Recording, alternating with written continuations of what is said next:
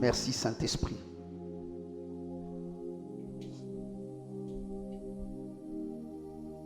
Merci Jésus.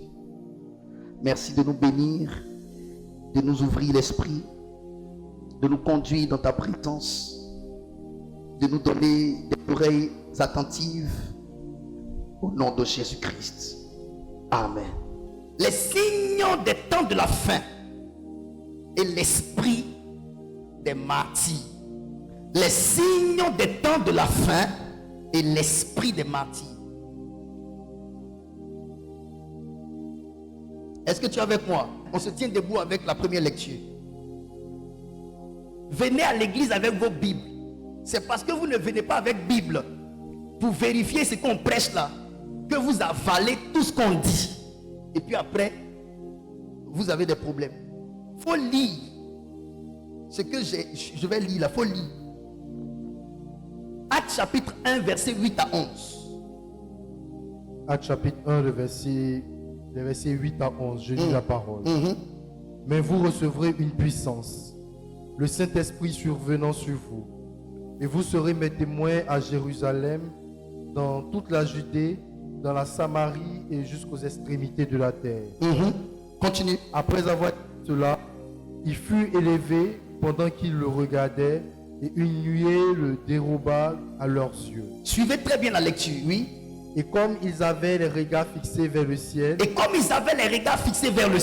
qu'ils s'en allaient, voici deux hommes vêtus de blanc leur apparurent et dirent: Hommes galiléens, pourquoi vous arrêtez-vous à regarder au ciel? Ce Jésus qui a été enlevé au ciel du milieu de vous reviendra de la même manière que vous l'avez vu allant au ciel.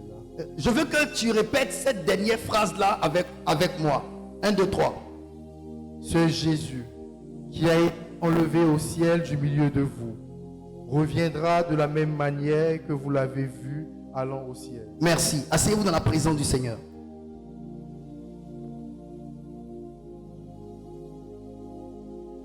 On va travailler ensemble, d'accord?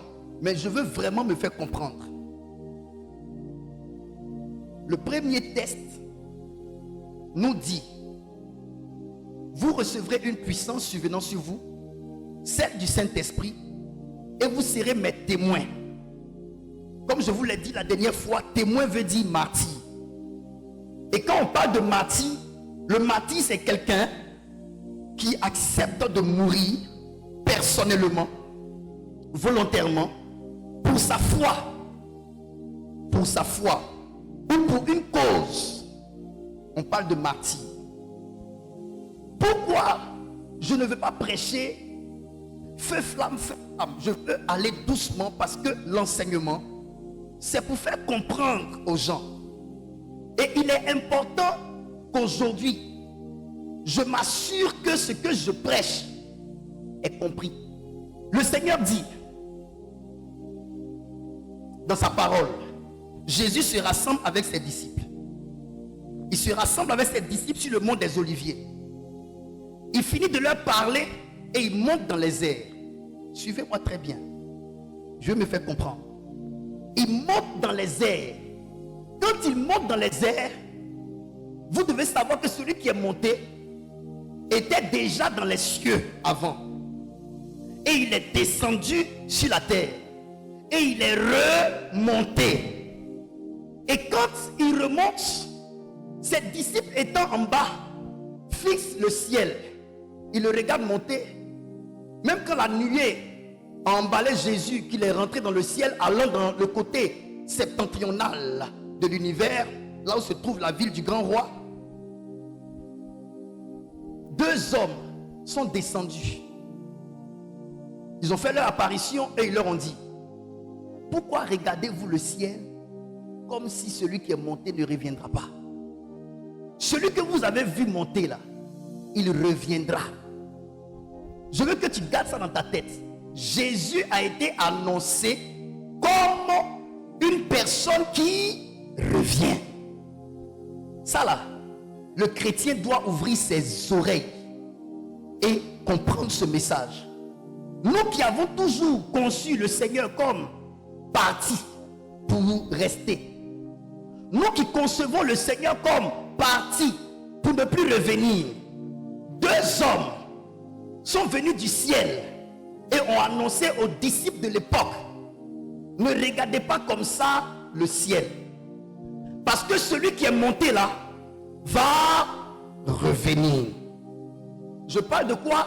Des signes de la fin des temps, n'est-ce pas? Je parle des signes de la fin des temps et l'esprit des martyrs. Qu'est-ce que je veux enseigner? Je préfère te faire comprendre au début avant d'aller dans mon développement. Suivez-moi. Tu comprends jusque-là? Suivez-moi. Dans la parole de Dieu, la Bible parle de la fin des temps. On va voir des versets dans l'Ancienne Alliance, dans l'Ancien Testament, des prophéties qui ont été données par des prophètes inspirés de Dieu, annonçant un temps précis qu'on appelle la fin des temps. On appelle ce temps-là la fin des temps, et on appelle également ce temps le jour du Seigneur. On va lire tout à l'heure et on va comprendre. Je pose des bases. À Jésus, dans la parole de Dieu, on parle à un moment donné et à plusieurs reprises d'un temps. D'un temps défini comme étant la fin des temps. D'un temps défini comme étant la fin du monde. D'un temps défini comme étant le jour du Seigneur. Les trois expressions là, gardez ça dans votre esprit. La fin des temps, la fin du monde, le jour du Seigneur, ou bien l'avènement du Seigneur. Gardez ça dans votre tête. Dans toute la parole de Dieu, vous verrez à des moments bien précis qu'on vous situe sur des thèmes comme la fin des temps, des thèmes comme le jour du Seigneur, des thèmes comme l'avènement du Seigneur, des thèmes comme la fin du monde. Pourquoi je vous ai cité le passage de Actes des Apôtres? J'espère que je me fais comprendre jusque-là. Parce que je veux être très compréhensible. Pourquoi d'après vous, je vous ai cité le livre des Actes des Apôtres, où le Seigneur parle des martyrs? Quand Jésus finit d'annoncer que ses disciples vont recevoir une puissance survenant sur eux, et que ces disciples vont devenir des témoins, donc des martyrs, la Bible nous explique qu'à la fin de ce qu'il leur a dit, il les a bénis et il est monté dans les airs. Après avoir annoncé qu'ils seront des martyrs, il monte dans les airs, et quand il monte dans les airs, les disciples regardent les cieux et deux hommes apparaissent et disent à ses disciples: ne regardez pas le ciel comme ça. Celui que vous avez vu monter là va revenir. Pourquoi j'ai donné ce passage? Avant de vous parler de la fin des temps, avant de vous parler de l'avènement du Seigneur, avant de vous parler de la fin du monde et du jour du Seigneur, ce qu'on appelle l'avènement du Seigneur là, l'avènement du Seigneur se rapporte à son retour. Le jour du Seigneur se rapporte au retour de Jésus. Si nous croyons en Christ et que nous croyons en sa parole, nous devons déjà savoir que si nous croyons que Jésus est monté, nous devons également croire que Jésus va revenir. Maintenant, ce que j'aimerais vous dire, c'est quoi? C'est que Monsieur Acré, qui a annoncé aux disciples que Jésus va revenir? Deux hommes. La Bible dit deux hommes. Les deux hommes viennent d'où? Du ciel. Du ciel. Donc, ce n'est pas un homme de la terre qui a donné la révélation du retour de Jésus. C'est deux hommes. La Bible ne dit pas deux anges. La Bible dit deux hommes. En tout cas, ils se sont révélés comme étant deux hommes. Deux hommes qui reviennent et qui annoncent que Jésus va revenir. Il n'y a plus de doute. Le Seigneur revient. Quand on vous dit que le Seigneur revient bientôt, il n'y a plus de doute. Le Seigneur revient. Et il a été annoncé comme un Dieu qui revient. Bien. Quand il dit qu'il revient, les disciples quittent l'endroit, ils vont dans la chambre haute pour recevoir la puissance du Saint-Esprit dont Jésus a parlé, et pour commencer à prêcher l'évangile. Ça veut dire l'activité des apôtres qui précède le retour du Seigneur là, c'est l'évangélisation. Répandre la bonne nouvelle dans le monde entier. Donc, suivez-moi bien. On n'est pas encore arrivé au stade d'écrire, mais suivez-moi bien. Quand on leur dit, pourquoi regardez-vous le ciel comme ça? Il va revenir. La conscience de ce que Jésus revient les amène à vite aller dans la chambre haute pour recevoir la puissance, donc pour devenir des témoins, des martyrs, rentrer dans les villes et prêcher la bonne nouvelle en s'attendant à ce que lui revienne. Donc nos pères qui nous ont précédés ont servi Dieu dans l'esprit que le Seigneur Jésus revient.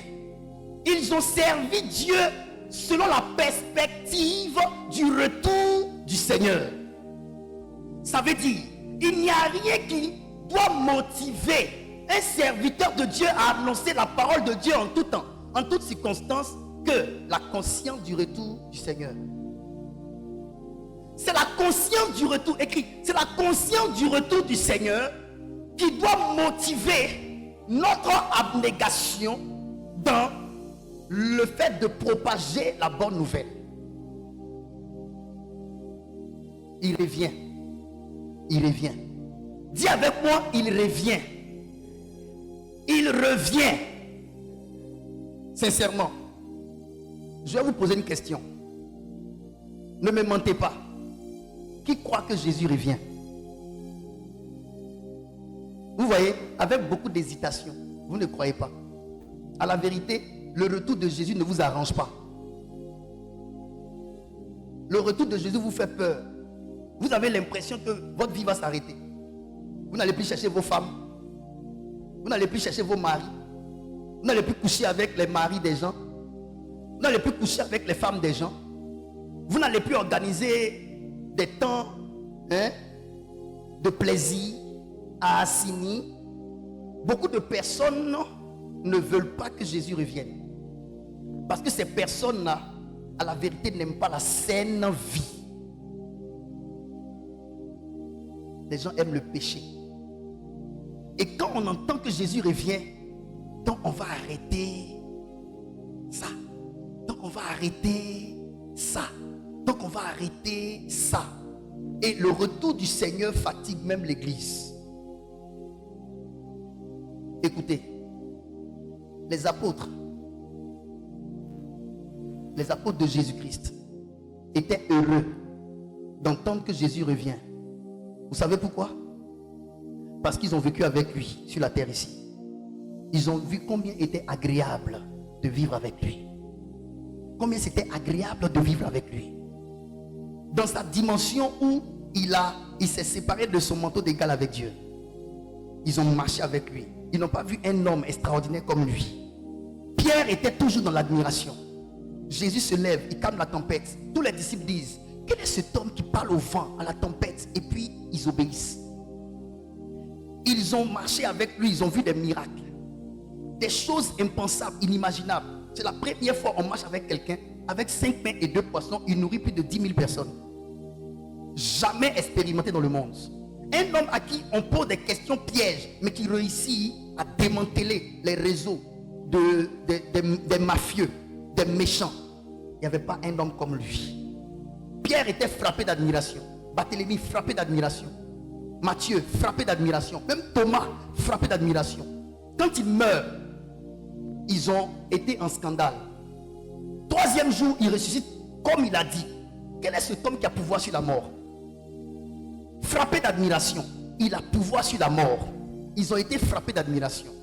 Et la Bible vous dit que quand Jésus ressuscite, il a fait 40 jours avec eux. Pendant les 40 jours, il a opéré des miracles surdimensionnés qu'on ne peut pas écrire même dans les livres. Ça ne peut pas contenir dans les livres. Si on devait écrire tous ces miracles-là que Jésus a opérés quand il est ressuscité, ça ne pouvait pas contenir dans un livre. Tellement c'était en quantité et en qualité supérieure. Ils ont vécu avec un tel homme. Et cet homme-là s'en va. Et Jésus dit, avant de monter, il dit, je ne vous laisserai pas orphelins. Vous savez pourquoi il a dit ça? Parce qu'il sait que son départ crée des orphelins. Il y avait un manque. Il n'y avait pas quelqu'un comme Jésus sur la terre ici. Donc Jésus se séparait d'eux. C'est comme ton papa qui a toujours tout assuré dans ta vie, qui meurt. Même mort là, tu ne peux pas l'oublier. Tu le regrettes. Tu désires qu'il soit vivant et tu le cherches partout. Tu veux le retrouver en un homme, en ton mari. Tu veux retrouver en ta femme. Tu veux retrouver en ton père spirituel la personne là qui te manque assez. Et ça te rend possessif. Ça te rend toi femme possessive. Quand tu as trouvé quelqu'un qui est comme le modèle que tu as perdu, tu t'accapares de cette personne, tu t'appropries cette personne, tu ne veux pas laisser la personne. Et la peur de perdre cette personne-là peut te pousser à mal agir. Et cet homme-là s'en va. Cet homme-là s'en va. Et ils sont là comme ça, en train de regarder. Oh, on l'a perdu. Et on vient leur dire qu'il revient. Quelle joie, quel bonheur. Le problème avec nous, on n'a tellement pas été habitué à vivre avec Jésus. Même, demandez à quelques personnes parmi vous qui vivent dans l'adoration, la présence de Dieu. Ces personnes-là veulent que Jésus revienne. Les personnes qui vivent la présence de Dieu dans l'adoration n'ont pas peur que Jésus revienne. C'est leur bonheur de le revoir. Qui, dans ses prières, a senti tellement la présence de Dieu que la présence de Dieu a créé en lui une insatisfaction au point de ne plus désirer la présence de Dieu, mais Dieu lui-même. Qui? Lève ta main et vois. En tout cas, il n'y a pas beaucoup. Il n'y a pas beaucoup. La différence entre vous et nous, c'est que nous là, quand on s'arrête comme ça, quand on l'adore, on est envahi, encerclé, imbibé de sa présence au point où on a tendance à dire, Seigneur, je veux te voir. Je ne veux plus de ta présence, je veux de ta personne. C'est le même P. Je ne veux plus de ta présence, je veux maintenant de ta personne. Allez-y demander à Moïse. Pourquoi Moïse a dit, je veux maintenant voir ta gloire. Quelqu'un qui monte sur la montagne, il sent Dieu, il vit Dieu, il voit le buisson ardent, il entend la voix dans le buisson ardent. Il dit, mais pourquoi te présenter à moi sous forme imagée? Maintenant là, je veux te voir toi-même. Le problème, Moïse avait tellement été proche de la présence de Dieu que pour finir, Moïse ne désirait plus la présence, mais la personne de Dieu. Moïse voulait transcender la présence pour atterrir dans le domaine de sa personne. Mais le problème que Moïse ne savait pas, c'est que Dieu, on ne peut pas le voir et vivre. On ne peut pas le voir et vivre. La personne. Pourquoi le retour de Jésus fait flipper les chrétiens? Parce que les chrétiens ne savent pas vivre la présence de Dieu. Ils ne savent pas vivre ça. Ils n'expérimentent pas la présence de Dieu. Beaucoup de personnes qui viennent à l'église, vous savez pourquoi quand on vous prêche, la prédication ne rentre pas dans votre cœur pour vous transformer? Vous n'avez pas la présence de Dieu en vous. Quand on a la présence de Dieu en nous, le message qu'on écoute rentre et descend dans notre cœur. Mais quand on prêche, vous sentez des guerres en vous. Vous sentez des guerres, des luttes en vous. Vous êtes plein de vous-même. Votre caractère, votre nature adamique, votre personne, votre colère, votre haine, votre rancune, votre hypocrisie, votre méchanceté, vos mauvaises vies nos mauvaises vies font la guerre à la parole de Christ. C'est pourquoi il a dit, vous serez mes témoins. Vous allez mourir. Mourir en vous-même. Mourir dans votre moi. Tout en vous doit tomber. Tout en vous doit mourir pour que moi seul, je vive en vous. Que moi seul, je vive en vous. Au-dedans de vous. À l'intérieur de vous. C'est dans cette dimension-là que Jésus nous emmène. Suivez-moi. Mon message est en train de venir. Il revient. Il revient. Et on le sait. La Bible nous l'a dit. Il revient. Mais il y a une chose que j'aimerais vous dire. Le deuxième point que je veux souligner ici, c'est de vous parler des prophéties annonçant la venue de Jésus. Dans l'ancienne alliance, Dieu a pris des prophètes. Il a mis son esprit en des prophètes pour qu'ils annoncent des choses futuristes, des choses qui ne sont pas de leur ère, des choses qui ne sont pas de leur époque. Ils ont prophétisé sur des choses de notre époque.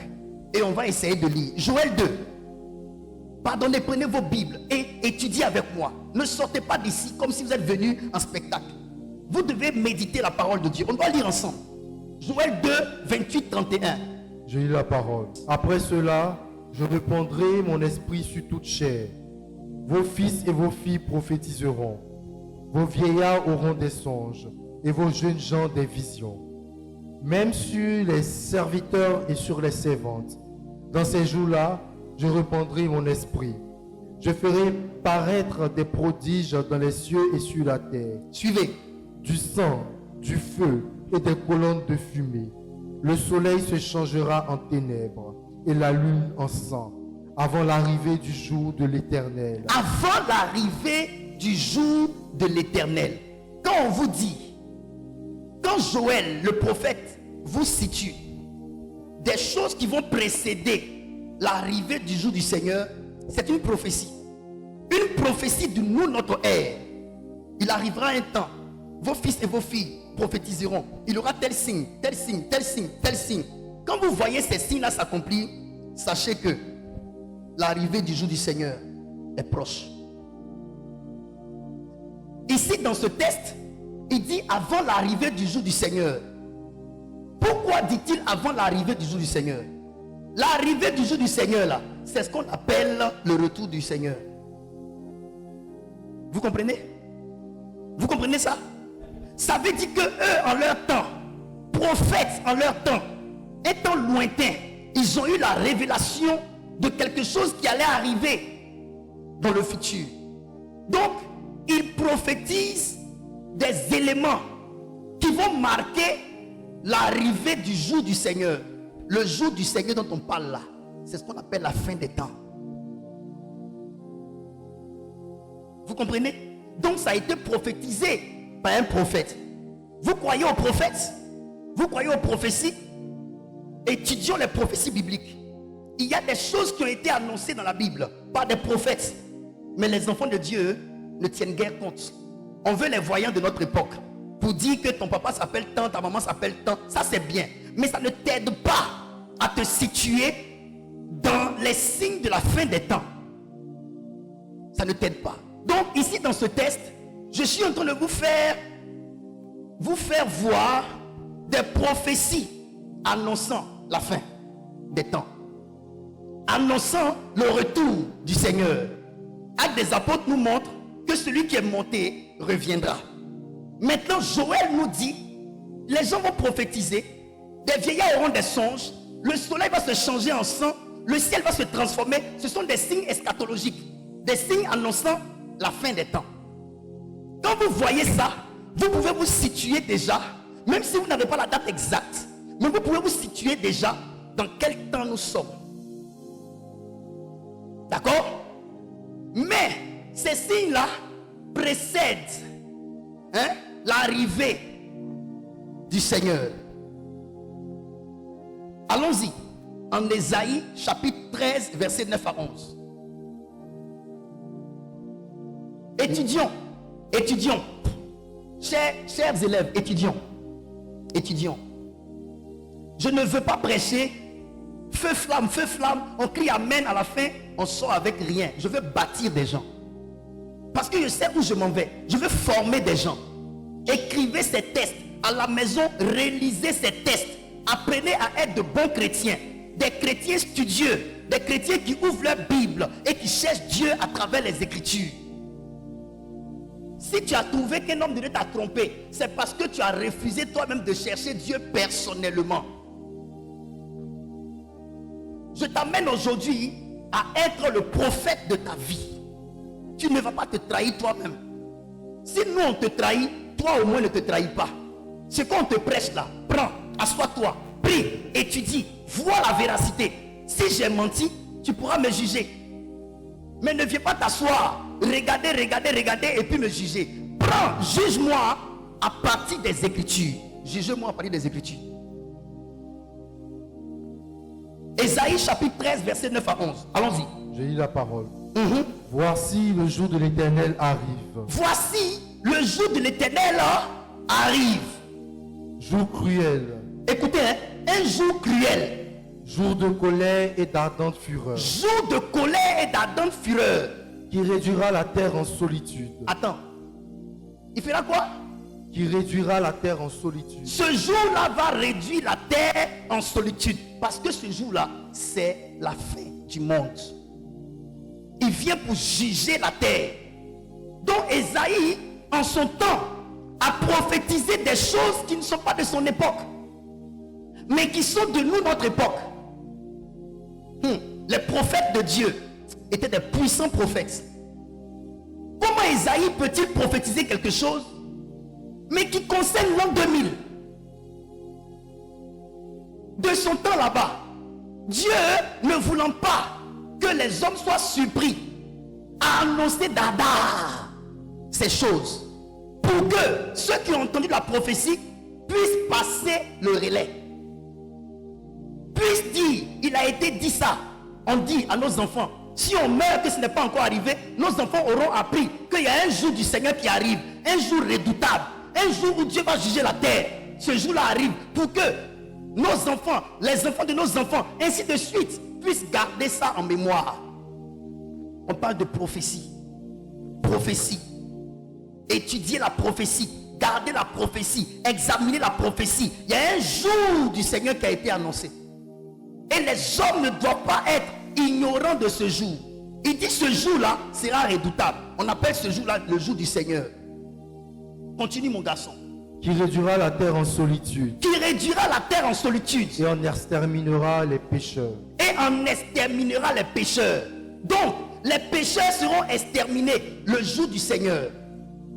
Ceux qui n'auront pas accepté le Seigneur comme Seigneur et Sauveur personnel, ceux qui n'auront pas marché selon la parole de Dieu, Ésaïe, prophète de Dieu de son temps, a annoncé qu'il y a le jour du Seigneur qui arrive où le Seigneur va exterminer tout cela. Hey! Donc, nous sommes actuellement dans un temps qu'on appelle le temps de grâce. Mais après le temps de grâce, il y aura l'enlèvement de l'église. Après l'enlèvement de l'église, se suivra le retour du Seigneur. Donc la fin du monde n'est pas loin. La fin du monde n'est pas loin. C'est un message qui a été prêché par nos pères. Et nous sommes en train d'aller tout doucement vers la fin de ce monde. Vous avez peur? Continue, je vais prêcher. Car les étoiles des cieux et leurs astres ne feront plus briller leur lumière. Les étoiles des cieux et leurs astres, les anges, même les étoiles que vous voyez qui brillent dans les airs, la nuit, vont s'éteindre. Ça sera un temps sombre où le soleil ne donnera plus de sa lumière. La lune même ne donnera plus de sa lumière. C'est le jour du jugement de la terre. Le jour du Seigneur. Quand on t'a prêché la vérité, que tu as voulu fermer tes oreilles parce que tu as déjà pris position, ces jours-là, Dieu va te traiter comme tu mérites. Quand on t'a évangélisé, on t'a demandé de venir dans la maison de Dieu, tu es venu, on a prié pour toi, tu as été guéri, on a prié pour toi, tu as été visité, on t'a donné de l'argent, on t'a soutenu et que tu as décidé personnellement de renoncer à Jésus. Ce jour-là, tu seras jugé. Toi qui juges ton frère, toi qui juges ta soeur, ce jour-là, ça sera le jour de ton jugement propre. Tu n'auras pas le temps de juger quelqu'un. Tu n'auras pas le temps de juger ta soeur. Tu n'auras pas le temps de dire à ta soeur, regarde comment l'autre la marche, regarde comment le pasteur la prêche, regarde ce qu'il dit, regarde ce qu'elle fait. Regarde. Tu n'auras plus ce temps-là. Ça sera le jugement de chacun d'entre nous. C'est là, tu seras face à toi, face à tes choix, face à ton ignorance, face à ton orgueil, face à ta mauvaise vie. Le jour du Seigneur, les étoiles vont s'éteindre. Regardez, généralement, dans des pays où il y a des guerres terribles, on coupe l'électricité. On nous met comme ça dans le noir, dans les ténèbres. Plusieurs choses qui fonctionnaient commencent à ne plus fonctionner.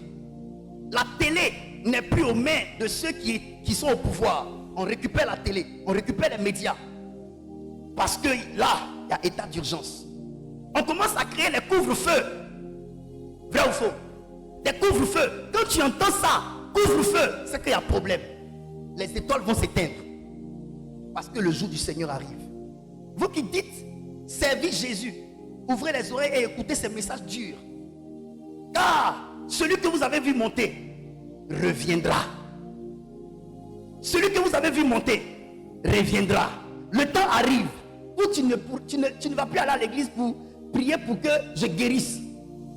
Tu ne vas plus aller à l'église pour prier pour que j'ai une percée financière. Ça ne sera plus une question de Dieu qu'on cherche pour se marier. Ça ne sera plus une question de Dieu qu'on cherche pour enfanter. Ça ne sera plus une question de Dieu qu'on cherche pour avoir de l'argent. Ça sera question de Dieu qu'on cherche pour être sauvé. Parce que ce jour-là, tu n'auras pas le temps d'aller te marier. Ce jour-là, tu n'auras pas le temps d'aller divorcer. Ce jour du Seigneur là, tu n'auras pas le temps pour chercher un enfant. Vas-y. Le soleil s'obscurcira. Le soleil va s'obscurcir. Dès son lever. Dès son lever. Et la lune ne fera plus luire sa clarté. Vous voyez? Dès que le soleil se lève, le soleil ne brille plus. Ça veut dire, ce qui fait briller le soleil, ce n'est pas sa volonté de briller. Le soleil ne brille pas à cause de la volonté du soleil de briller. Le soleil brille parce que le jour du Seigneur n'est pas encore arrivé. Donc vous devez savoir, les étoiles qui donnent de leur lumière, ce n'est pas parce que les étoiles doivent donner de leur lumière. C'est parce que le jour du Seigneur n'est pas encore arrivé. Puisqu'on dit, le jour du Seigneur, le soleil va s'obscurcir dès son lever. Tu penses que c'est parce que le soleil se lève qu'il brille? Le soleil qui se lève brille parce que le jour du jugement de la terre n'est pas encore arrivé. Sinon, le jour là, quand le jour du Seigneur va arriver, le soleil même va se lever comme d'ordinaire. Mais bizarrement, le soleil va perdre en lumière. La lumière du soleil lui sera retirée. Même le soleil sera jugé. Même la lune sera jugée. La lune sera jugée. Le soleil sera jugé. Les étoiles seront jugées. Dieu va leur enlever leur lumière. C'est un peu comme ton souffle que Dieu enlève. Donc le souffle du soleil, c'est sa lumière. Le souffle de la lune, c'est sa lumière. Le souffle des étoiles, c'est leur lumière. Quand on enlève, on l'a tué, les étoiles. On l'a tué. Il aura la mort, même dans le ciel et sur la terre. Écoutez-moi bien. Quand les gens meurent un à un et qu'on les enterre, on croit que l'homme meurt. Pourquoi ne croyez-vous pas en la mort subite d'innombrables personnes d'un seul coup? Il y a eu la guerre dans ce pays. Les gens sont morts d'un seul coup en même temps. Si les hommes eux-mêmes, avec leurs outils, avec les armes qu'ils ont créées, peuvent tuer tout un peuple, pourquoi Dieu ne pourra-t-il pas éliminer toute la terre d'un seul coup? Dieu est amour, c'est pas ça? C'est pas ce qui nous trompe. Dis-moi, tes enfants là, tu les aimes pas? Quand ils agissent pas, tu les corriges pas? Est-ce que la correction veut dire que tu les aimes pas? Tu veux les redresser. L'amour n'exclut pas l'éducation.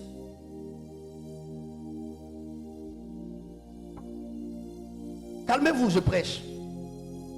Ce n'est pas un message où on acclame. C'est un message où on étudie. On réfléchit. Aujourd'hui, on te parle. Nous qui avons conscience, on met de notre argent pour vous aider à donner votre vie à Jésus. Mais quand on s'en va arrêter le véhicule, pour vous demander de venir monter, vous traînez les pas. Continuez. Ce jour-là arrive. Pourquoi tu traînes les pas alors que tu ne participes toi-même à rien dans ta conversion? C'est quelqu'un qui paye. Tu vas rendre compte. Ne vous fatiguez pas. Homme de Dieu, soyez en paix. Chrétiens, soyez en paix. Fils de Dieu, soyez en paix. Il y a un jour que Dieu a réservé pour tous ceux-là. Il y a un jour. Continue, mon fils. Je punirai le monde pour sa malice. Je punirai le monde pour sa malice. Ça ne veut pas dire que Dieu ne voit pas la malice du monde. Aujourd'hui, nous observons la malice du monde. Nous observons le mal que les hommes font sur la terre. Et on a l'impression que Dieu ne dit rien. On a l'impression que Dieu ne fait rien, n'est-ce pas? Mais le Seigneur dit quoi? Je punirai. C'est pas au futur. Ce n'est pas au futur. Ce n'est pas au futur. C'est au futur, non? Ça veut dire que, calme-toi, Dieu voit. Dieu voit. Mais jusque il a prévu agir en un temps précis. Aujourd'hui dans l'église, allons-y doucement. Dans l'église, des gens qui ont fait du bien, qui font le mal et qui s'en vont raconter n'importe quoi sur des gens qui leur ont fait du bien. C'est pas ta faute. Nous, on ne parlera pas. Mais ton jour va arriver. Ton jour, ça va arriver. On est dans un monde aujourd'hui où tu ne peux pas rentrer chez toutes les personnes chez qui les gens sont rentrés pour gâter ton nom là, pour dire que c'est faux, c'est faux, c'est faux, c'est faux. On est obligé de vivre comme ça avec notre nom qui est gâté. Mais tu sais quoi? Ton jour arrive. Le jour là, ça arrive. Et le Seigneur dit, je punirai le monde pour sa malice. Continue et puis on avance. Et les méchants pour leurs iniquités. Et les méchants pour leurs iniquités. Je ferai cesser l'orgueil des hautains. Ah, je ferai cesser l'orgueil des hautains. Tu es hautain. Ton orgueil là, Dieu dit, il voit. À l'église, on voit ton orgueil. Toi-même qui es homme de Dieu, ton orgueil là, on voit. Dieu dit, il va faire cesser l'orgueil des hautains. C'est toujours au futur. Ça veut dire que le Seigneur sait. Le Seigneur voit. Mais il y a un temps précis que Dieu a réservé pour régler le compte de toutes ces personnes. Dans tout le mal que nous faisons, Dieu nous voit. Vous savez, l'amour de Dieu a très souvent la manie de reporter le jugement à demain. Et ça donne l'impression à ceux qui font le mal que Dieu les encourage à en faire davantage. Non. Dieu vous donne la chance de rectifier les tirs. Mais l'être humain n'arrête pas le mal qu'il fait quand s'ensuit pas un jugement direct. Il pense qu'il a raison de faire ce qu'il fait parce qu'on ne lui a pas encore donné de sentence. Et il continue. Alors que la Bible dit que Dieu use de patience envers nous. Ça veut dire, Dieu voit le mal que tu fais, mais il use de patience. Il doit te frapper, mais il dit non, je vais patienter. Pour lui donner la possibilité de changer lui-même ses propres voies. Mais qu'est-ce que l'homme dit? L'homme voit le mal qu'il fait et il se dit, si je fais le mal, que Dieu ne me frappe pas, que le malheur ne tombe pas sur moi, c'est qu'il me donne l'opportunité de continuer dans le mal. Tu n'as pas compris Dieu. Maintenant Dieu dit, j'ai donné le temps aux hommes de se ressaisir. J'ai donné le temps aux hommes de changer le vol, de changer leur histoire de viol, de changer leur mauvaise vie, de changer leur mauvais comportement, de changer la colère, de changer la haine, d'arrêter de tuer les humains, d'arrêter de faire du mal aux gens. Mais ils continuent de faire le mal. Maintenant là, le temps est arrivé. Je ne peux plus me contenir. C'est la saison de mon retour. Le temps de juger. Le chrétien doit avoir dans sa tête qu'il y a un temps où Dieu veut juger. Ce que je voulais te révéler dans ce passage-là, c'est non seulement de te faire comprendre que le prophète Ésaïe a annoncé le jour du Seigneur et il a décrit les événements qui vont se produire lors de son retour. Il va régler des comptes. Garde ça dans ta tête. Le retour du Seigneur là, Dieu va régler des comptes. Et quand le Seigneur donne à son prophète de prophétiser cela, c'est pour créer quoi dans le cœur de l'homme? La crainte. Afin que l'homme se range. Afin que l'homme change ses mauvaises voies. Mais actuellement je prêche. Tu ne vas pas croire que c'est une prophétie que je donne. Parce que je ne t'ai pas fait lever pour te dire ainsi par l'Éternel. Ça là, c'est la prophétie générale qui concerne tout le monde. C'est pourquoi le Seigneur dit par la bouche de l'apôtre Paul d'aspirer au don de prophétie. Parce que la prophétie c'est pour le bien commun. Dans la Bible c'est écrit. Il y a la prophétie personnelle. Toi seul on te fait lever. Mais la prophétie dont l'apôtre Paul parle, il dit celui qui parle la langue là, il s'édifie lui-même. Ça c'est pour lui-même. Mais la prophétie c'est pour tous. Un message qui concerne la fin des temps. Et nous tous sommes concernés par la fin des temps. Vrai ou faux? Tout le monde comprend. Ça là, ça nous concerne nous tous. Mais si il fait lever M. Acré, que je dis à M. Acré, ainsi par l'Éternel, Dieu me dit que dans 2 mois tu vas avoir telle opportunité. C'est pas pour lui seul. C'est ça qu'on appelle la prophétie personnelle. Ça a quoi à voir avec les autres? Je suis venu vous parler prophétiquement. Et vous allez vous asseoir pour m'écouter. Parce que j'ai à parler. Les signes de la fin. Prenons 2 Pierre chapitre 3 verset 10. C'est pour vous que je me tue pour donner ces gens d'enseignement. 2 Pierre chapitre 3 verset 10. On peut dire que ce qu'on a lu c'est dans l'ancienne alliance. Mais allons-y dans la nouvelle alliance. Dans le Nouveau Testament, la nouvelle alliance. L'apôtre Pierre en a parlé. Allons-y, come on. Le jour du Seigneur viendra comme un voleur. Attends. Monsieur Akri, il a dit quoi? Le jour. Je vous ai dit quoi? La fin des temps, c'est aussi ce qu'on appelle le jour du Seigneur. Il dit le jour du Seigneur viendra comme un voleur. Continue. En ce jour-là, les cieux passeront avec fracas. Attends. On est en train de nous situer les événements qui vont avoir lieu le jour du Seigneur. Le jour du Seigneur viendra comme un voleur. Le voleur ne prévient pas. Le voleur, un vrai voleur, il ne prévient pas.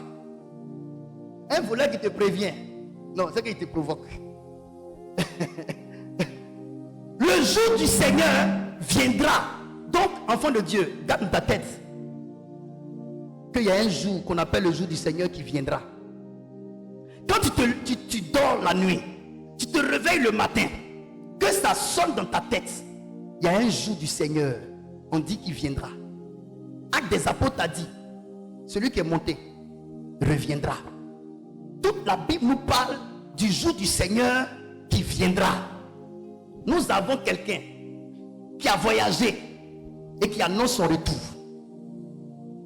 Oui, nous avons quelqu'un qui a voyagé dans les cieux et qui annonce son retour. Maintenant, le problème n'est pas le retour. Le problème, c'est les signes qui précèdent son retour et les événements qui vont avoir lieu le jour de son retour. Et l'apôtre Pierre dit, le jour du Seigneur viendra comme un voleur pour vous dire vigilance, vigilance, vigilance, parce que il peut venir à n'importe quel moment. Et il viendra comme un voleur au moment où vous ne vous y attendez pas. Je pense qu'on ne prêche pas ce genre de choses. Véritablement. Ça fait que tu vois, les chrétiens, ils vivent dans l'absentéisme de cette réalité. On fait ce qu'on veut. Aujourd'hui, les chrétiens, ils ne se sentent pas suivis. Dieu ne les voit pas. Ils font ce qu'ils veulent. Tant que le pasteur ne le voit pas, ce n'est pas un péché ce qu'il fait. Tant que la responsable d'église ne l'a pas attrapé, ce n'est pas un péché ce qu'il fait. David a tué Uri. Il est allé avec sa femme. il n'a pas considéré qu'il avait péché contre Dieu jusqu'à ce que Nathan vienne lui rappeler ce qu'il a fait. Donc aujourd'hui, l'église même ne veut pas de prophète voyant. Parce que l'église veut se cacher. Et quand l'église veut voir des prophètes voyants, c'est que c'est les voyants qui annoncent que de bonnes nouvelles. Moi, Franck, si Dieu doit me mettre dans la voyance, je vous préviens, ça ne sera pas pour vous dire que vous serez grand. Ça sera pour vous dire de changer.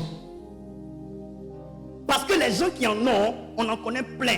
Mais ils nous déçoivent toujours à cause de ce qui ne change pas dans leur vie. Tu es devenu un homme gradé, mais on apprend que tu as détourné l'argent du pays. Tu vois comment tu nous as déçus?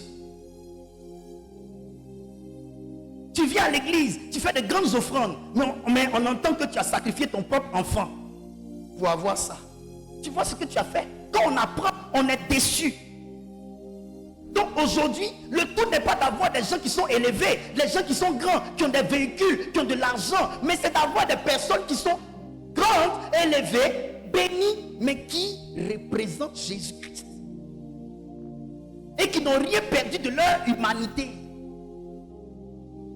Il y a des gens qui sont élevés, mais qui sont plus humains. Ils n'ont pas la considération de l'humain. Ils n'ont aucune sensibilité dans leur cœur par rapport à leurs frères qui souffrent, leurs soeurs qui souffrent. Je reviens. Vous savez que c'est Franck Romaric, c'est des messages de profondeur. Des messages qui conscientisent. Des messages qui font asseoir. Il dit le jour du Seigneur viendra comme un voleur. Tu ne t'y attendras pas. C'est pourquoi vigilance. Continue, on va écouter ce qui va se passer. En ce jour, les cieux passeront avec fracas. Il dit, le jour du Seigneur là, il ne parle même pas encore de la terre. Les cieux seront les premiers, selon l'apôtre Paul, l'apôtre Pierre, à subir les effets de son retour. Parce qu'il passe par le ciel pour descendre. Donc les cieux passeront avec fracas. Fracas c'est quoi? Écrit. C'est un bruit violent et soudain. Bruit violent et soudain de quelque chose qui se brise. Fracas. Bruit violent et soudain de quelque chose qui se brise, qui heurte quelque chose, de quelque chose qui se brise, virgule, qui heurte quelque chose. Fracas, ce qui éclate, s'effondre. Les cieux passeront avec fracas, bruit violent et soudain de quelque chose qui se brise, qui heurte quelque chose, de ce qui éclate, s'effondre. Donc, Dieu, sa descente sera comme une grosse pierre qui va se heurter au ciel et qui va casser le ciel. Donc, vous voyez la violence avec laquelle il revient. Ça révèle que il en a plein ici. La façon dont il revient, déjà comprenez que la venue du Saint-Esprit, qu'est-ce qui s'est fait entendre? Un grand bruit. Le Saint-Esprit, quand il descend dans le livre des Actes des Apôtres, là, c'est un grand bruit qui s'est fait entendre. On te parle maintenant du jour du Seigneur. Le ciel, les cieux vont disparaître avec fracas. Pourquoi? Parce que ça dépend de la férocité, de la violence avec laquelle Dieu va descendre sur la terre. Si vous n'avez pas une église, un homme de Dieu qui prêche, vous ne saurez jamais tout ça. Donc, au lieu de nous attaquer là, bénissez Dieu parce qu'on vous alimente. Même si tu n'as pas fait ce qu'on te dit là, mais au moins tu as la connaissance dans ta tête là, un jour ça peut t'interpeller. Les cieux vont être les premiers à subir le coup violent de la descente de Dieu, le Père. Les cieux vont disparaître avec fracas. Donc ça veut dire quoi? Imaginez-vous, quand la Bible dit que les cieux vont disparaître avec fracas, avant de trouver la terre, on trouve le ciel. Pour celui qui est en haut, il descend par le ciel, n'est-ce pas? Pour atterrir dans le monde des hommes, le monde terrestre. Imaginez-vous qu'on soit en bas ici. Et puis il n'y a pas de ciel sur nous. Parce que le ciel a disparu avec un fracas. sûr que déjà, Dieu n'est même pas encore arrivé à ton niveau. Mais ce que tu vois sur ta tête là, tu es sûr que tu pourras être tranquille. Excusez-moi si je prêche avec vivacité. Je suis malade, mais il y a des enseignements quand tu donnes, ce n'est pas notre faute, c'est l'esprit. Quand on finit, on est encore faible. C'est pourquoi je dis, Dieu n'est pas un plaisantin. C'est pourquoi je vous dis, arrêtez avec vos histoires de pasteurs qui partent de cours en cours, vous donnez des révélations. Ils n'ont pas d'église, ils font rien de sérieux. L'œuvre de Dieu, ce n'est pas de l'amusement. Nous avons affaire à un Dieu qui est en train d'annoncer son retour.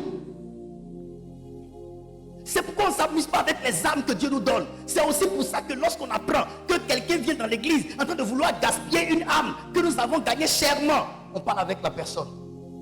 Il y a des gens qui se fâchent. Tu ne sais pas ce qu'on cherche. On n'est pas de compter une âme 1000 francs, une âme 2000 francs, 2 âmes 4000 francs. C'est pas ce qu'on fait ici.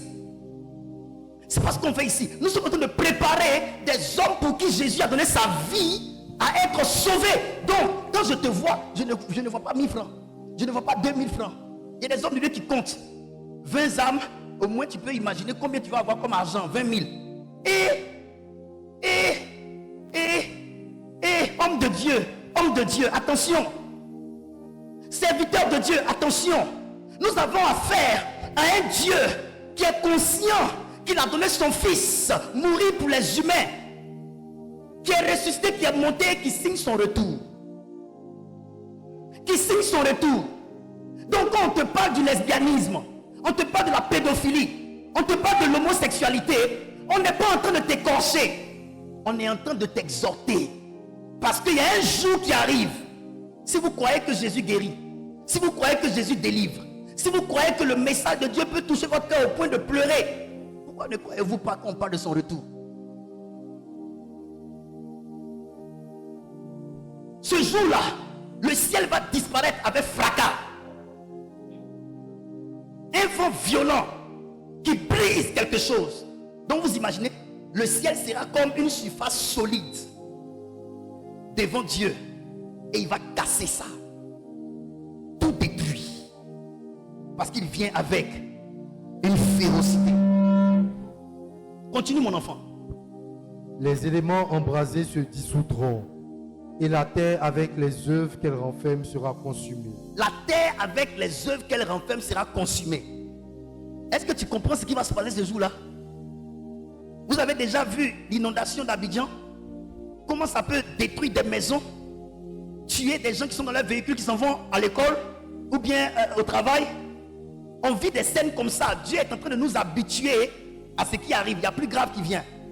Mais on ne comprend pas. Oh.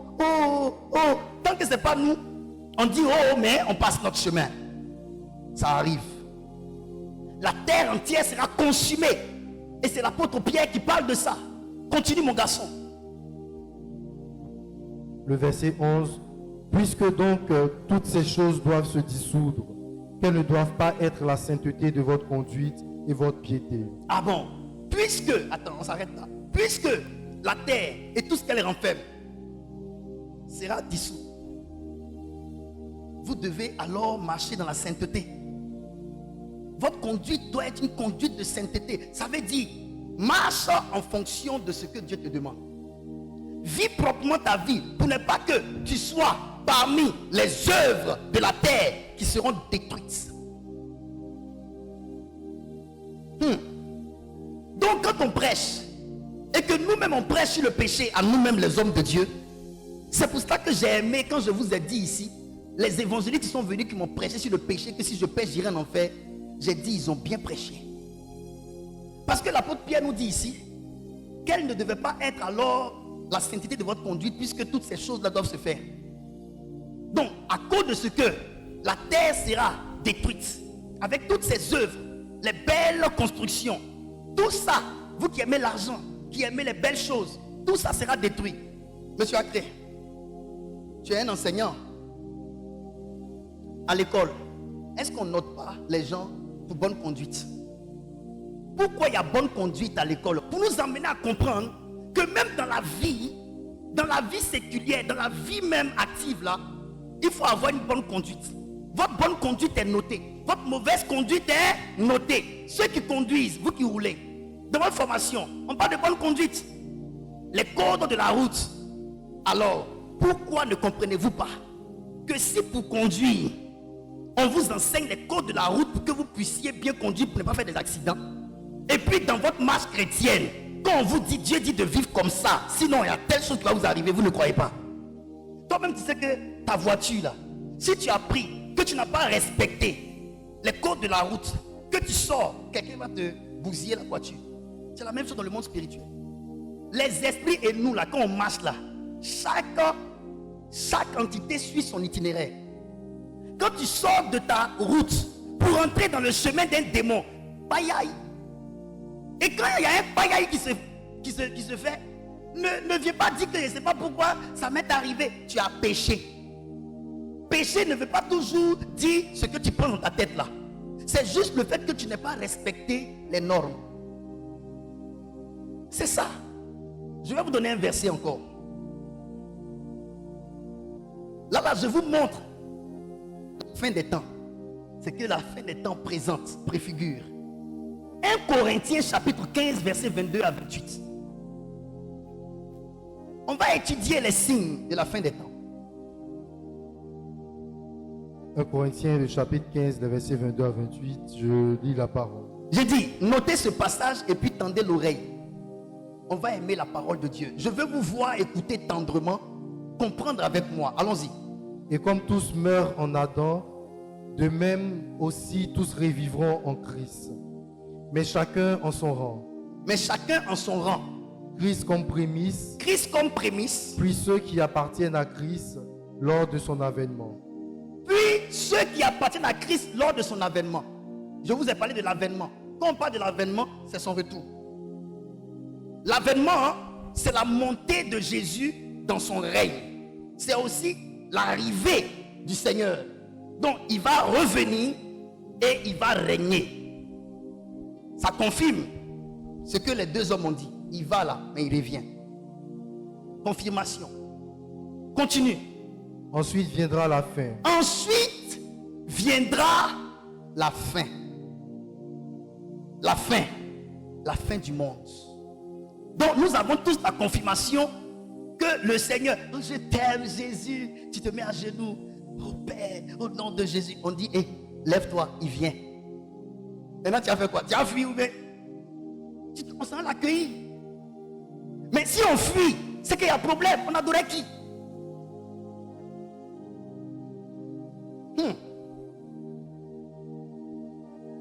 J'ai dit, ce passage-là est terrible. Restez tranquille et puis aimez la parole. On va suivre. Lis. Ensuite viendra la fin. Ensuite viendra la fin. Quand il remettra le royaume à celui qui est Dieu et Père. Quand il remettra le royaume à celui qui est Dieu le Père. Viens. Viens. Venez ici. Je prends mon Seigneur Bago comme Dieu le Père. Je prends mon fils Acré comme étant Jésus. Viens ici. Mets-toi juste devant lui comme ça.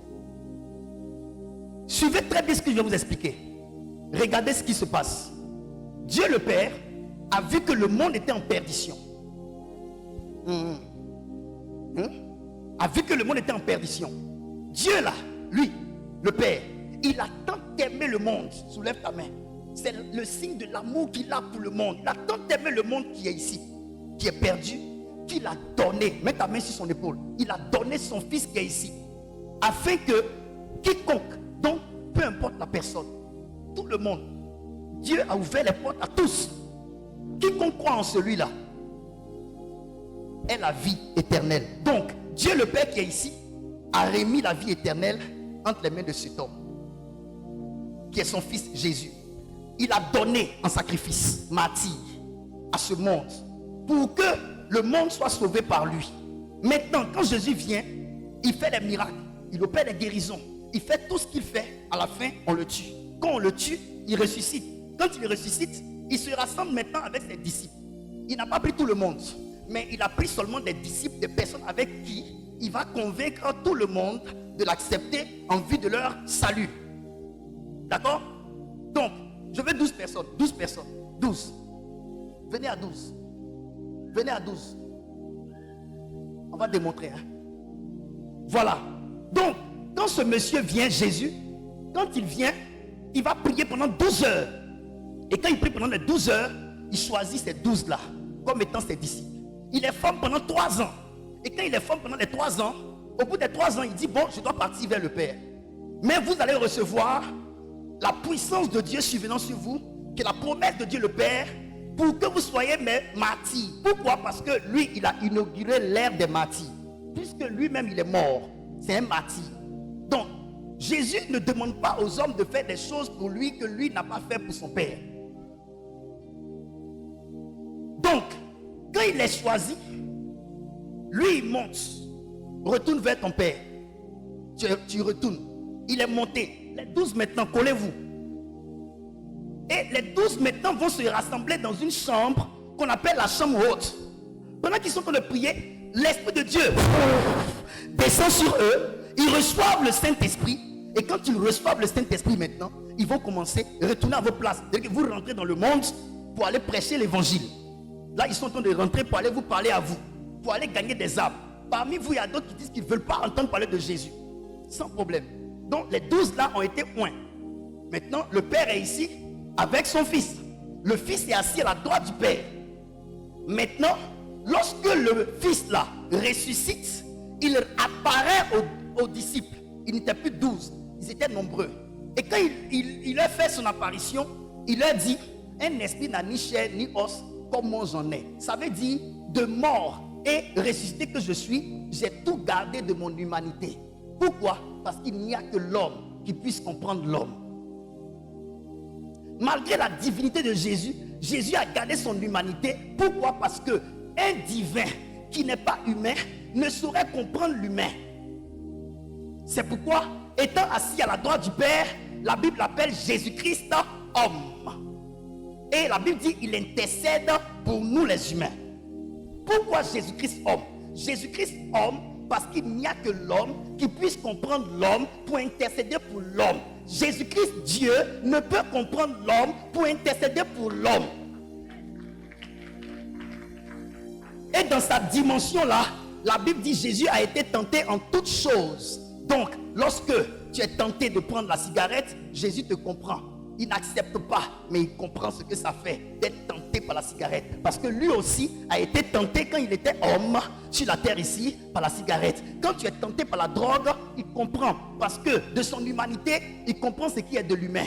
Quand tu es tenté par le sexe, il comprend. Parce que de son humanité, il sait ce qui peut créer des envies dans le corps de l'humain.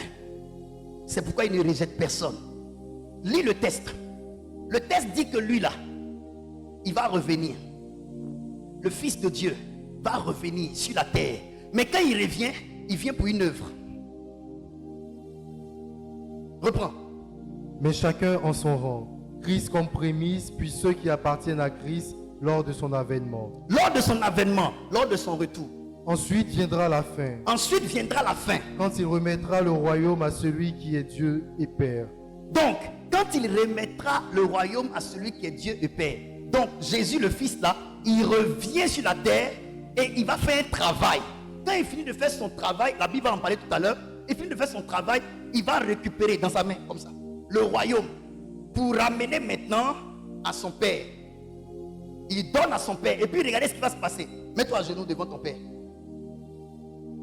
Vas-y.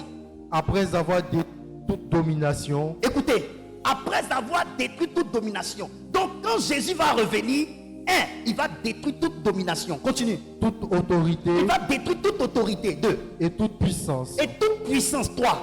Car il faut qu'il règne jusqu'à ce qu'il ait mis tous les ennemis sous ses pieds. Donc il faut que Jésus règne jusqu'à ce qu'il ait mis tous les ennemis qui sont sur la terre, dans les cieux et sous la mer, sous ses pieds. Sous ses pieds. Donc Jésus va venir mettre toutes les puissances, les dominations, les autorités, les principautés là, sous ses pieds, sous les ennemis du royaume. Il va les détruire et les mettre sous ses pieds.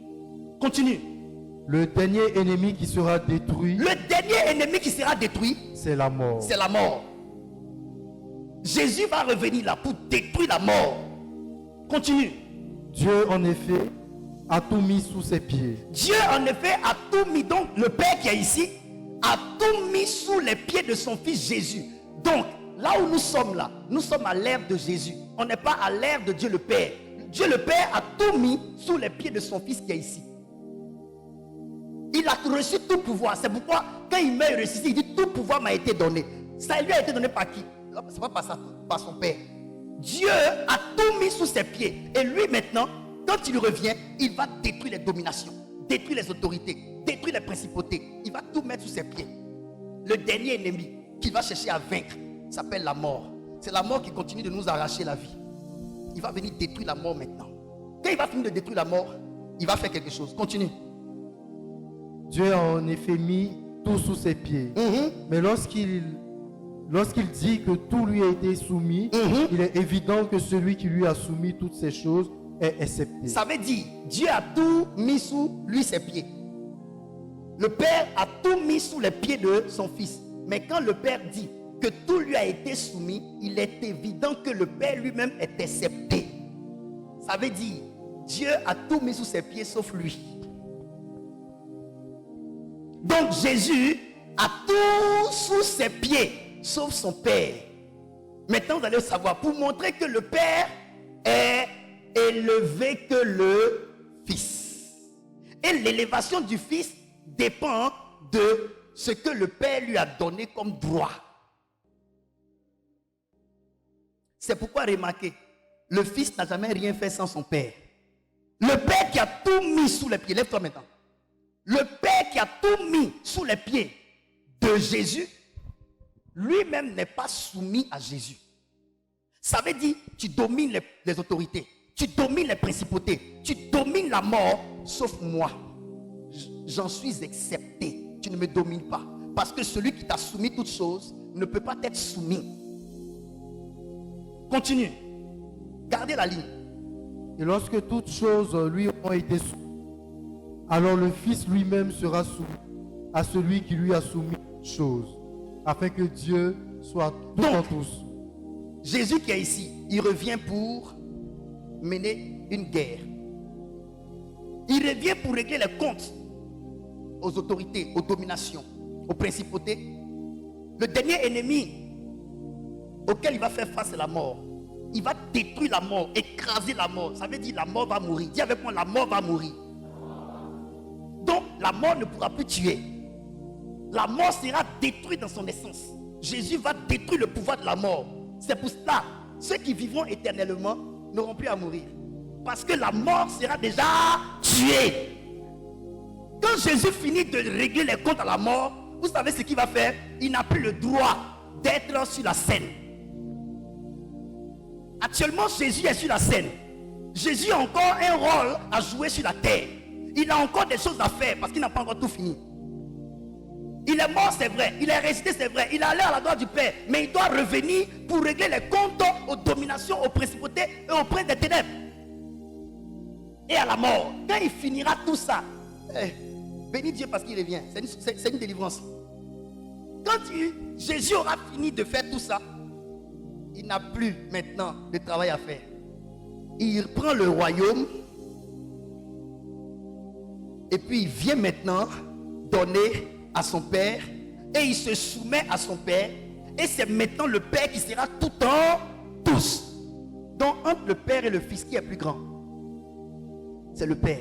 Et Jésus n'aura pas de problème à se soumettre à son Père parce que Jésus et son Père forment un. Dans la dimension où il se soumet à lui. Mais quand il ne se soumet pas à lui, il crée une dualité. Et la dualité n'est pas bonne pour Jésus parce que tout pouvoir que Jésus a là, c'est le Père qui lui a donné. Le Père peut lui arracher tout. Mais Dieu merci, comme Jésus est soumis, il ne va jamais perdre de pouvoir. Que Dieu vous bénisse. Asseyez-vous. Acclame le Seigneur.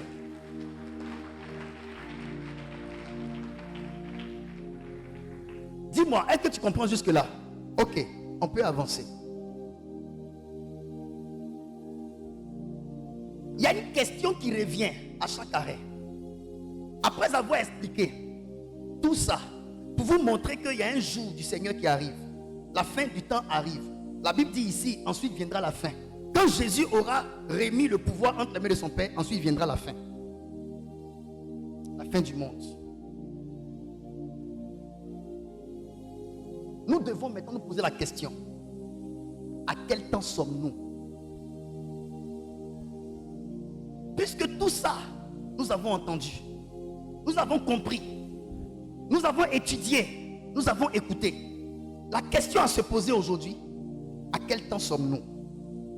Vous savez pourquoi je me pose cette question? Parce que c'était une préoccupation pour les disciples de Jésus. Matthieu 24, à partir du verset 1er au verset 3. Vous allez voir. Je lis la parole.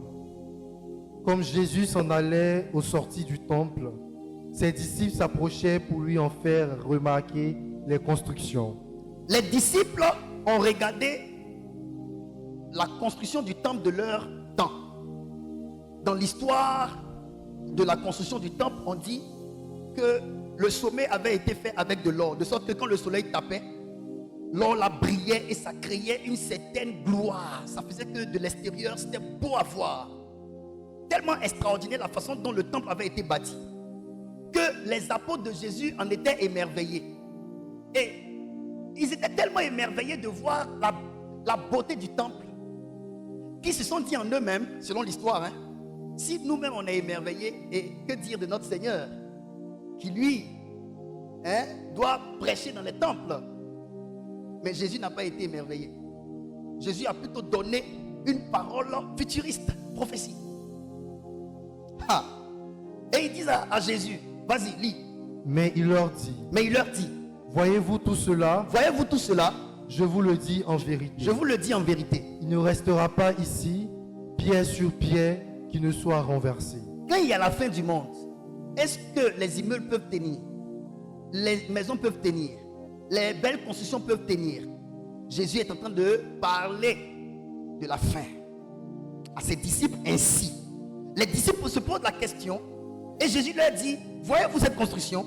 Il ne restera pas ici pierre sur pierre qui tiendra. Il est en train de parler en faisant référence aux prophéties qui ont été annoncées concernant la fin du monde, du jour du Seigneur. Jésus est en train de vouloir parler de ça. Et les disciples vont comprendre. Et ils vont poser une question que nous devons nous poser à notre ère. Vas-y. Il s'assit sur la montagne des Oliviers et les disciples vinrent en particulier lui faire cette question. Écoutez la question des disciples, vous allez comprendre. Dis-nous, quand cela arrivera-t-il? Quand cela arrivera-t-il? Et quel sera le signe de ton avènement? Et quel sera le signe de ton avènement? Et de la fin du monde. Et de la fin du monde. Pourquoi ils ont posé la question? Parce que la réponse que Jésus a donnée, ils ont compris prophétiquement que Jésus faisait allusion à la fin du monde. Donc, ils sont maintenant convaincus que selon ce que Jésus lui-même, leur maître, vient de dire, la fin du monde aura lieu. Donc, eux maintenant, ce n'est pas la fin du monde qui est leur préoccupation. Quels sont les signes qui vont révéler que la fin du monde arrive? Puisque, en vrai, le Seigneur a dit qu'on ne connaîtra pas le jour ni l'heure où il reviendra. Donc, on ne peut pas donner une date précise. Cependant, on peut se situer à partir des signes annonciateurs de la fin. Les disciples sont préoccupés. La question que je me pose, regardez à leur temps, ils étaient déjà préoccupés par les questions tournant autour de la fin du monde. Mais nous, on est très proche de la fin et on ne se pose jamais de questions. Vous savez pourquoi les disciples étaient tant préoccupés par la question de la fin du monde? Ils ne voulaient pas perdre leur salut. Aujourd'hui, le chrétien, il va aller en enfer, ça ne lui dit rien. Je vous dis la vérité, il ne vient pas à l'église, ça ne lui dit rien. Il ne donne pas ses dîmes, ça ne lui dit rien. Il ne vit pas comme Dieu veut, ça ne lui dit rien. On prêche, il écoute, il sait que ce qu'on dit là, c'est lui sa vie. Ça ne lui dit rien. Les disciples de Jésus n'étaient pas comme ça. Monsieur Agré, quand David a entendu Nathan lui parler de son péché, qu'est-ce qu'il a fait? Il a demandé pardon ou pas? Il a demandé pardon. Mais aujourd'hui, quelqu'un même tu prêches, ce que tu prêches là, il sait que c'est de sa vie que tu parles. Et il sait que tu ne connais pas sa vie parce que tu ne lui as pas raconté. Donc il sait que expressement l'Esprit de Dieu est en train de parler en utilisant son canal qui est le oint. Il va se fâcher. Au lieu de se dire, ah Seigneur, tu me connais, je te demande pardon, il va se braquer. Quelqu'un a parlé de ma vie à quelqu'un. Voulons-nous aller au ciel? Les disciples de Jésus disent, quel sera le signe? Dis-nous pourquoi on se prépare. Informe-nous pourquoi on se prépare. Dis-nous les signes qui annoncent ton avènement, ton retour. Regardez, hein, Jésus n'est même pas encore parti. Il n'est même pas encore parti. Les disciples parlent de son avènement. Les disciples parlent de son avènement. C'est quand il s'en va qu'ils ont le cœur blessé. Mais sinon, ils savent que le Seigneur doit revenir. Ils en étaient tellement conscients. Regardez aujourd'hui l'église. Comment on a dessiné l'église. L'église ne sert qu'à écouter les problèmes des gens et à les résoudre. Voilà comment on voit l'église. Et généralement, les gens qui viennent à l'église, ils pensent que c'est pour ça que l'église existe.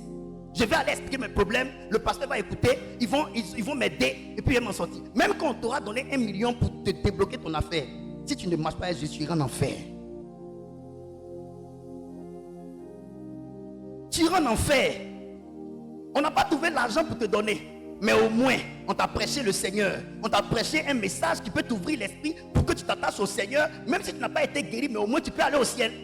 Lazare n'a pas été guéri, cependant, Lazare est allé au ciel. Tous les malades ne guériront pas dans l'église. Tous les aveugles ne verront pas dans l'église. Tous les boiteux ne marcheront pas dans l'église. Mais boiteux, malades, aveugles, comme toi, je ne sais quelle maladie, tu dois quand même avec ça aller au ciel. Mais toi, tu ne veux pas. Quand vous avez un homme de Dieu qui vous enseigne des choses qui peut vous envoyer au ciel, vous ne voulez pas de lui. Vous voulez aller chez le voyant qui vous dit des choses. Alors que les choses que le voyant va vous dire, il va vous demander de faire une offrande que vous n'allez pas pouvoir payer. Change, tu ne veux pas changer. Ne trompe pas les gens, tu trompes les gens. Ne prends pas l'argent des gens, tu voles l'argent des gens.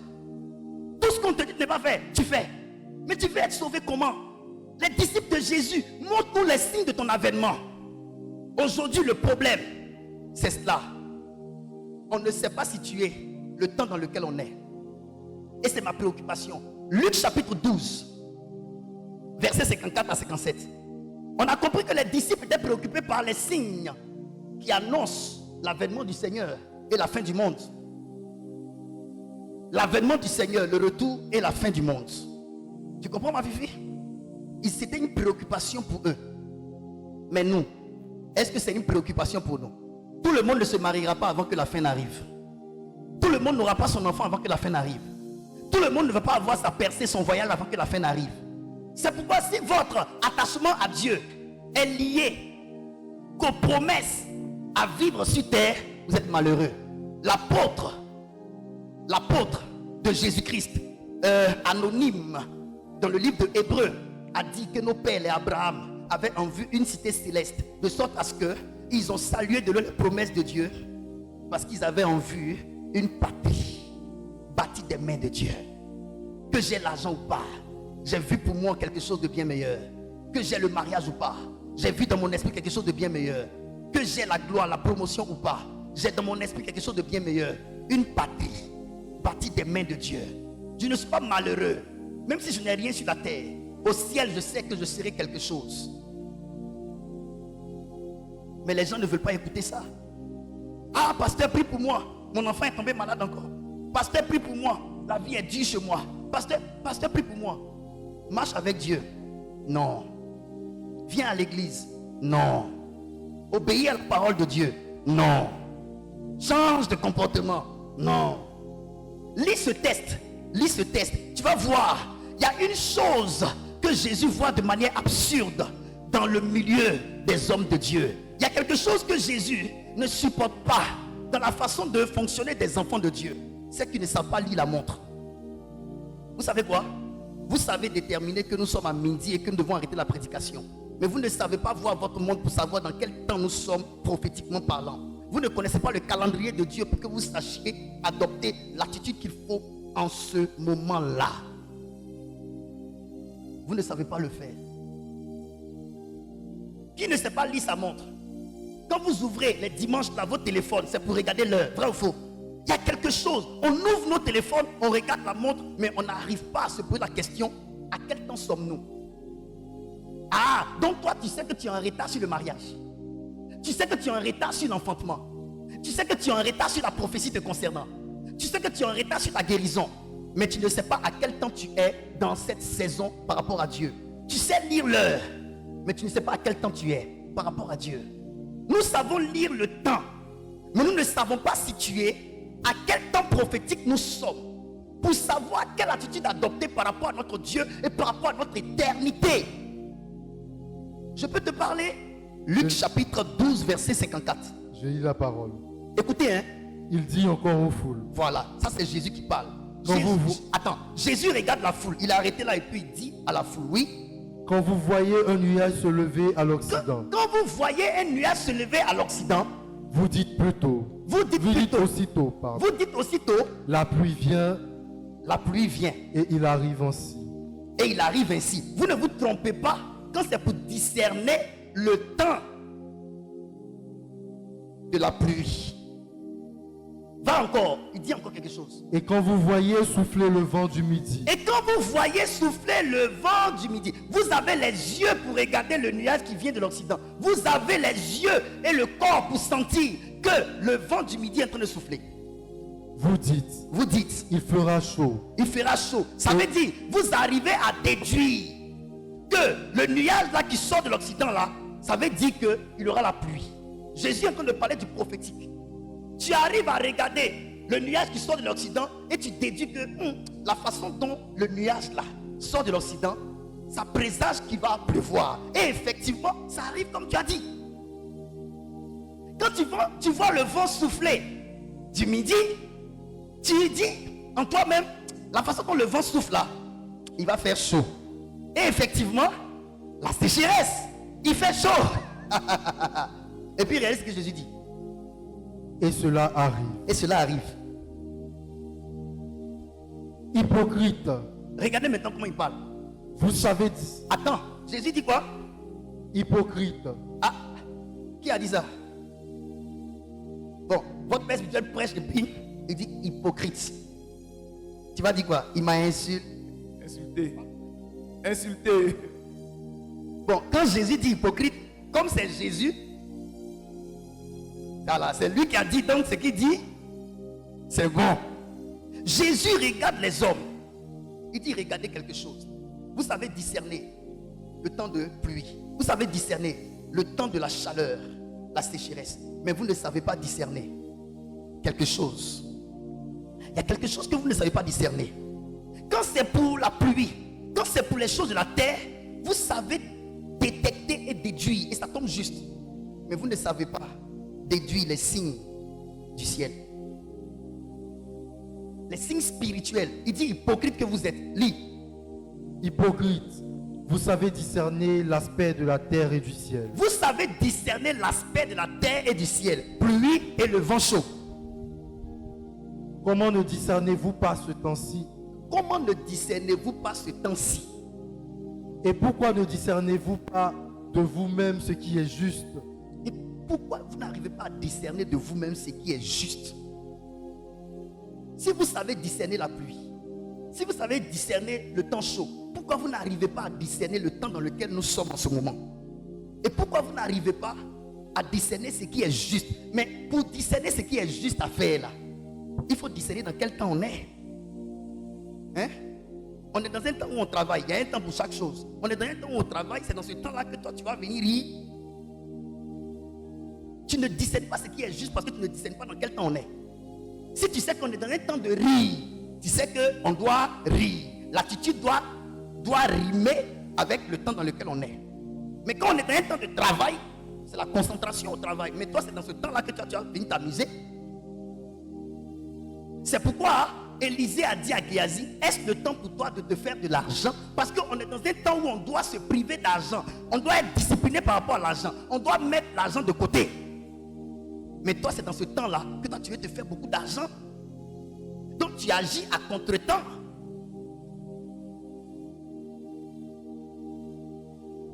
Le problème, c'est ça. On ne sait pas discerner dans quel temps on est. Pourquoi j'ai pris ce passage? Pour vous amener à vous poser la question dans quel temps nous sommes. Je vais vous ouvrir l'esprit sur certaines choses. Et puis, je vais lire un dernier test et puis on va évoluer.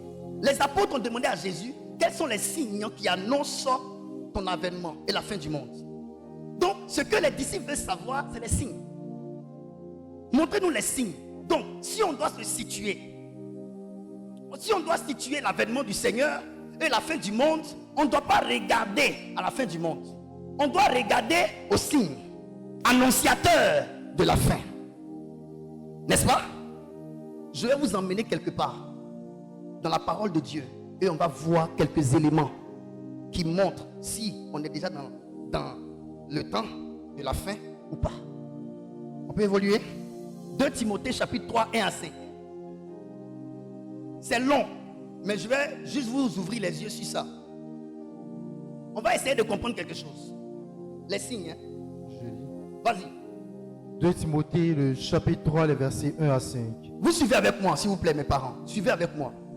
Suivez avec moi. Levez vos têtes, suivez ici. Suivez avec moi. On parle des signes. Suivez avec moi. On va se dire la vérité, si on est dans ces temps-là ou pas. Et on va savoir comment marcher dans cette période. Pardonnez. Je ne veux pas vous faire peur. Mais je vais vous faire remarquer des choses. C'est Paul qui prêche le message à Timothée. Son fils spirituel qui est évangéliste. Il est en train de situer Timothée par rapport aux signes de la fin des temps.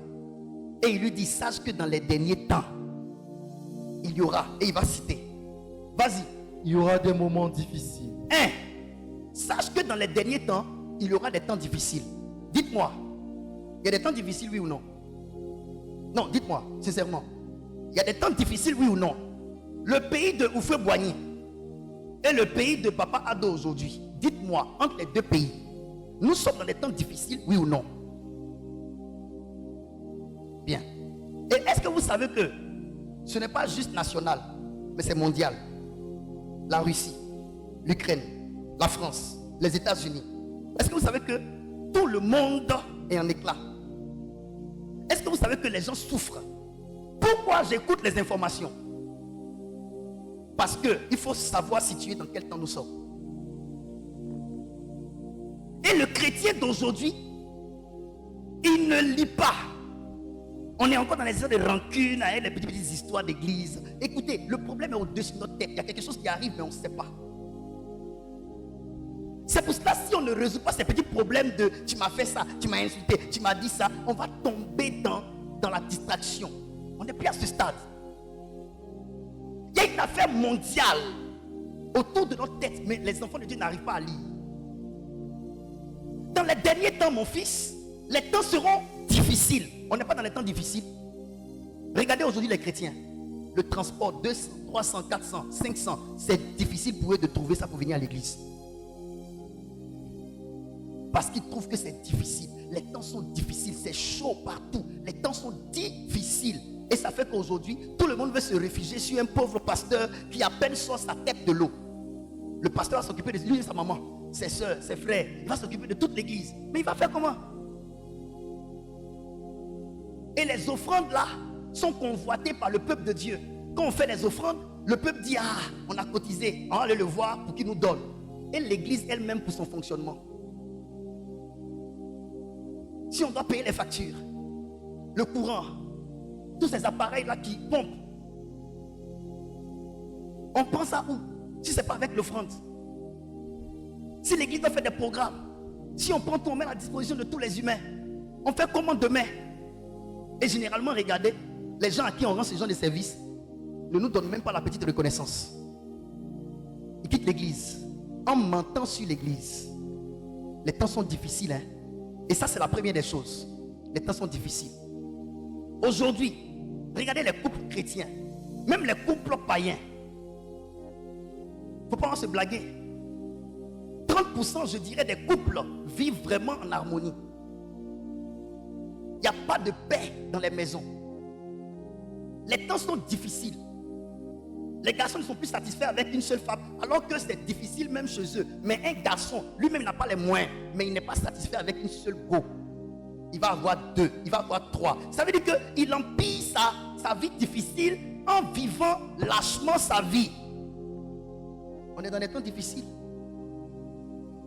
L'apôtre Paul, qui n'est même pas de notre ère, il dit dans les derniers temps. Vous savez, lorsqu'il disait dans les derniers temps, il était dans un temps qui n'est pas les derniers. Il est en train de situer, c'est un prophète cet apôtre-là. Comment à son ère, il peut voir dans le futur pour dire ce qui va arriver à notre temps, dans les derniers temps. Il y aura des temps difficiles. Ça, c'est la première des choses. J'ai essayé juste d'énumérer des temps difficiles pour vous. Mais comme le temps est parti, je peux pas aller trop en profondeur. Je préfère rester ici. Dimanche prochain, je vais commencer à partir de là pour aller. Deuxième chose, il aura quoi?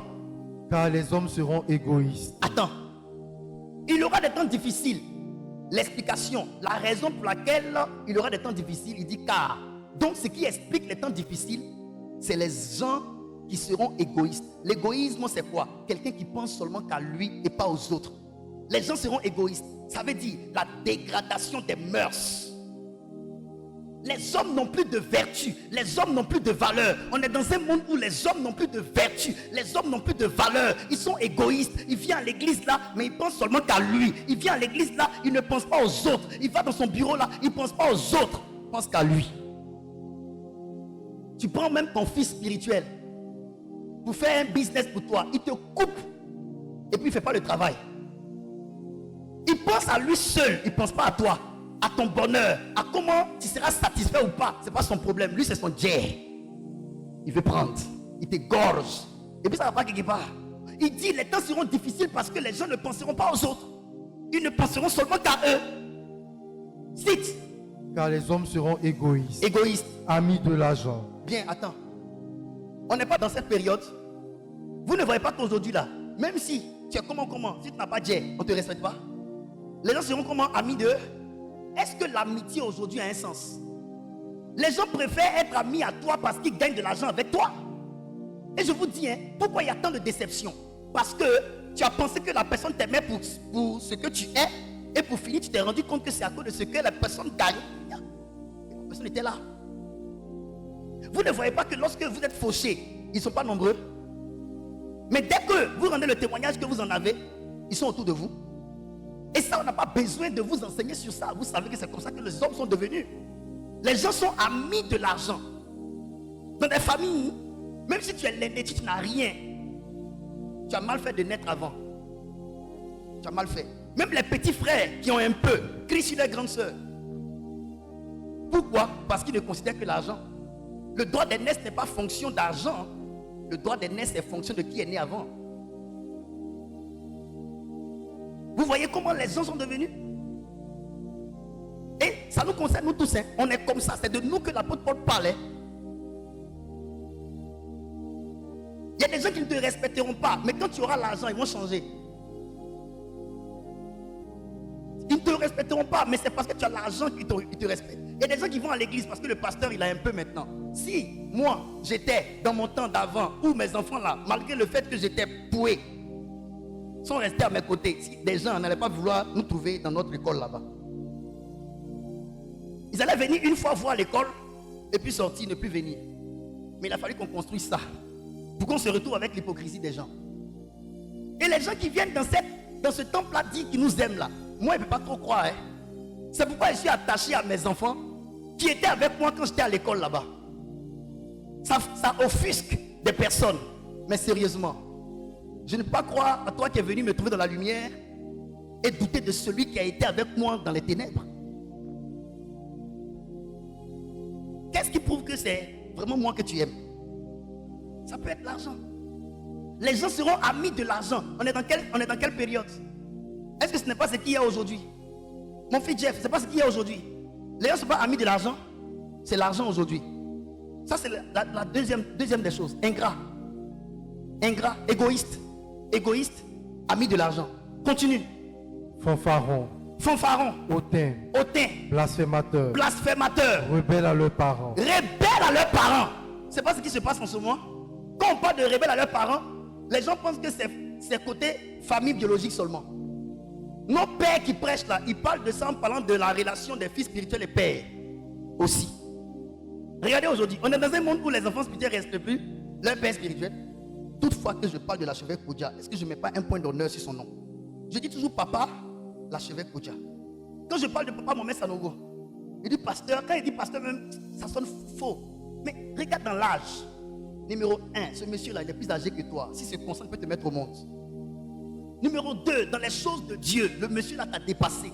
C'est ton papa. Mais il y a des petits aujourd'hui qui sortent avec des églises sous bâche, qui se permettent d'insulter les pères qui ont fait des années dans l'œuvre de Dieu. Et l'un des signes qui montre que tu es un homme de Dieu sérieux là, c'est ton éducation d'abord, ta moralité. Un homme de Dieu ne se met pas à insulter les gens comme ça devant l'écran. Des choses que nous on ne fait pas. Il y a des enfants comme ça qui le font. Tu as commencé quand? Et aujourd'hui ton ministère est un ministère de dénonciation. Tu dénonces. Rebelles à leurs parents, fanfarons, petits pasteurs, mais avec des épaules qui dépassent ta propre tête. Tu as besoin de te guinder pour que quelqu'un soit vrai. Ça se passe dans ton intégrité. Ça se passe dans le pouvoir que Dieu t'a donné. Ça se passe dans l'autorité que Dieu a mis en toi. J'ai pas besoin de marcher comme ça. J'ai pas besoin de ça. Jésus-Christ était tellement simple que pour qu'on puisse savoir que c'était lui parmi ses disciples, il fallait que Judas l'embrasse. Parce que quand il est parmi ses disciples, on ne peut pas identifier qui est Jésus. Moi, tu viens dans cette église et m'assois ici là. Ils vont rayonner dans toute l'église. Ils vont prendre Monseigneur Abibago comme pasteur.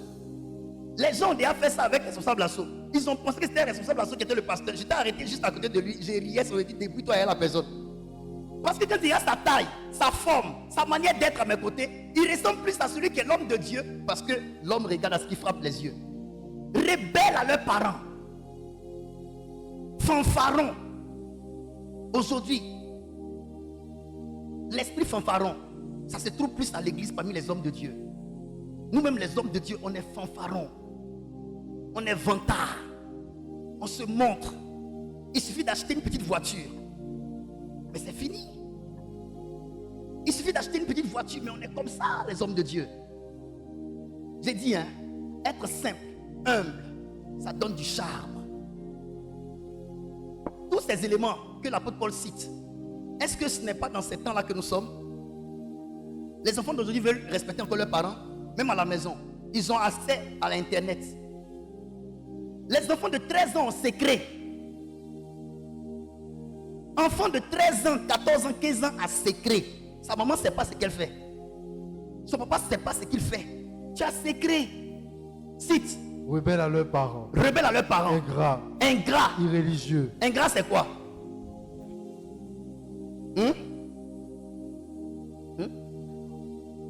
Manque de reconnaissance. C'est parce qu'on vit ici dans notre église. J'ai dit, quand tu regardes des gens qui viennent à l'église, qui souffrent, on cotise toute l'église. On cotise 100 000, 150 000, on leur donne. Le dimanche qui suit, la personne vient. L'autre dimanche, la personne ne vient plus. Et puis tu entends, on dit, la personne t'a raconté que votre église, là, vous êtes comme si, vous êtes comme ça. On ne lui a rien fait. On ne l'a pas encaissé. On ne lui a pas dit de retourner l'argent. On n'a même pas parlé de la personne. Mais comme elle s'est dit que, comme je ne vais pas là-bas, ils vont peut-être se dire ça. Et la personne commence à dire ça à notre place. Attends, on va dire. Nous ici, on est différents. Et puis vous savez quoi? Il y a des personnes. Vous n'avez pas même maman. Vous n'avez pas même papa. Vous n'êtes même pas unis, même dans cousin. Même pas éloigné, même pas rapproché. Un jour comme ça, vous vous trouvez peut-être dans une église, à cause d'affaires de Dieu, vous lui rendez service, et puis la personne estime que c'est peu. C'est moi qui t'ai mis au monde. Non, sérieux. Au fait, c'est à cause de ce genre d'attitude-là que souvent j'active mon côté béhu. Parce que souvent il faut dire la vérité. On est sage, donc on masque les choses, mais les hommes, là, il faut leur parler souvent cash. Sérieusement, hein, sincèrement, c'est moi Franck là qui dois prendre ta vie en charge. À cause de quoi? Toi-même ton propre papa t'a abandonné. Ta maman même t'a abandonné.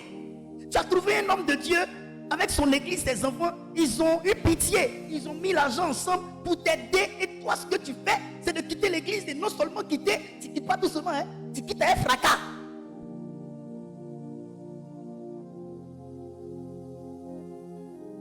Ta malédiction là est à quel point? La Bible dit ingrat.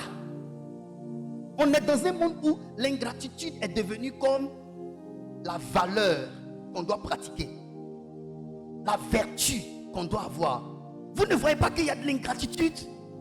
Monseigneur Abibago, quand souvent tu t'assois et puis tu réunis tous ces éléments, les gens qui ont fait du bien mais qui nous font le mal en retour, est-ce que tu arrives à comprendre? Si ce n'est pas parce que nous sommes dans les derniers temps, comment on peut comprendre quelqu'un qui souffre, qui vient, à qui on fait du bien et qui nous fait du mal? Lis et puis on finit. Ingrat, irréligieux, irréligieux. insensible, Quand on parle d'irréligieux, c'est l'hypocrisie chrétienne. Quelqu'un qui fait comme s'il aime Dieu, mais dans le fond, fait le contraire de ce que Dieu dit. Il est irréligieux. Il peut venir à l'église, avoir l'apparence de quelqu'un qui aime Dieu, mais il est là pour quelque chose de mauvais. Plus Dieu. Vas-y, continue. insensible, Insensible. Déloyé. Attends, les gens sont sensibles aujourd'hui. Est-ce qu'aujourd'hui il y a sensibilité? Est-ce qu'on a moins même d'être sensible? Parce que le premier jour, la première fois que tu as été sensible envers un frère qui a expliqué son problème, quand tu as vu son attitude après, tu t'es rendu compte que il t'a menti. Il y a des gens qui viennent te demander des lettres. Tu as eu pitié, tu as donné, mais après leur comportement te montre que tu as mal fait de les aider. Moi, je t'aide, et puis tu me vois, tu ne me salues pas. Alors que quand tu me demandais de l'aide, tu faisais pitié comme ça. Il y a des personnes aussi qui te demandent crédit. Eux-mêmes, ils t'ont dit, hein, c'est crédit. Si tu me donnes là, ils te remboursent ça dans 2 jours. Il a dit, 2 jours là, on dirait que c'est toi qui ne comprends pas ce que ça signifie. 2 jours est devenu 3 jours. 3 jours est devenu 4 jours. 4 jours est devenu 1 mois. Tu lui rappelles que 2 jours est passé, il te dit, il sait. Mais il ne fait pas ce qu'il a dit. Et il va te faire prier Dieu pour ton argent que tu n'as pas prié Dieu pour lui donner. Hey! Faut pas faire ça, hein? Non, faut pas faire ça. C'est pourquoi moi aujourd'hui, quand tu viens me demander crédit là, si je vois que j'ai besoin de mon argent, il ne te donne pas. Mais si je sais que c'est de l'argent que moi-même je vais jeter, il te donne. Il ne te dit pas que je m'attends à ce que tu me rembourses, mais dans ma tête là, c'est gratuit. Pour ne pas avoir mal au cœur après. Et puis, hein, j'ai remarqué, hein, dans l'église là, tu vends habits, tu vends chaussures, tu vends nourriture. Dans l'église, tes frères en Christ vont te faire tomber. Ils vont aller dans les magasins des gens dehors, ils vont payer cash, mais pour toi, ils vont prendre ça à crédit. Tu vas les poursuivre jusqu'à les poursuivre en rêve. Pardonnez, changez, hein. On est dans ces temps-là. Et bizarrement, ce message-là, qui en principe ne devait pas concerner l'église, mais le monde, c'est l'église qui est concernée. On est ingrat. On n'est pas reconnaissant du tout. Moi, je prêche toujours. Quand je parle du temps, je parle toujours de mes enfants qui ont participé. Comme si, du genre, c'est moi qui ai construit. J'ai dit ça, mes enfants ne seront pas choqués. En temps, ils savent qu'ils ont pris 1 million, 2 millions de leur argent pour mettre dedans. Et puis, je lui ai parlé, j'ai bâti le temple. Moi, je peux bâtir le temple. Mes enfants m'ont aidé. Je peux dire que j'ai pris la grande partie. Mais, sans pour eux, là, je n'allais pas arriver là où je suis. Soyons reconnaissants. La reconnaissance, là, c'est un signe du royaume de Dieu. On vous fait du bien et vous estimez que ce n'est pas assez. Vous estimez que ce n'est pas assez. Vous faites comme si le bien que vous demandez aux autres de vous faire là, si les autres vous demandent les mêmes biens là, vous allez pouvoir faire. Vas-y mon fils. insensible, Insensible. déloyaux, Déloyaux. On n'a plus des enfants spirituels fidèles, même des femmes fidèles, des hommes fidèles. On en a très peu aujourd'hui. L'infidélité dans l'église. calomniateur, Calomniateur. intempérant, Intempérant. cruel, Cruel. ennemi des gens bien, Ennemi des gens de bien. traître, Traître. emporté, Emporté. enflé d'orgueil, Enflé d'orgueil. aimant le plaisir plus que Dieu. Aimant le plaisir plus que Dieu. Regardez aujourd'hui. La plupart du temps, les gens qui vont à l'église, quand on dit à fête, le plaisir, ils vont beaucoup. Dieu, prière, ils n'aiment pas. Aimant le plaisir plus que Dieu. Vas-y.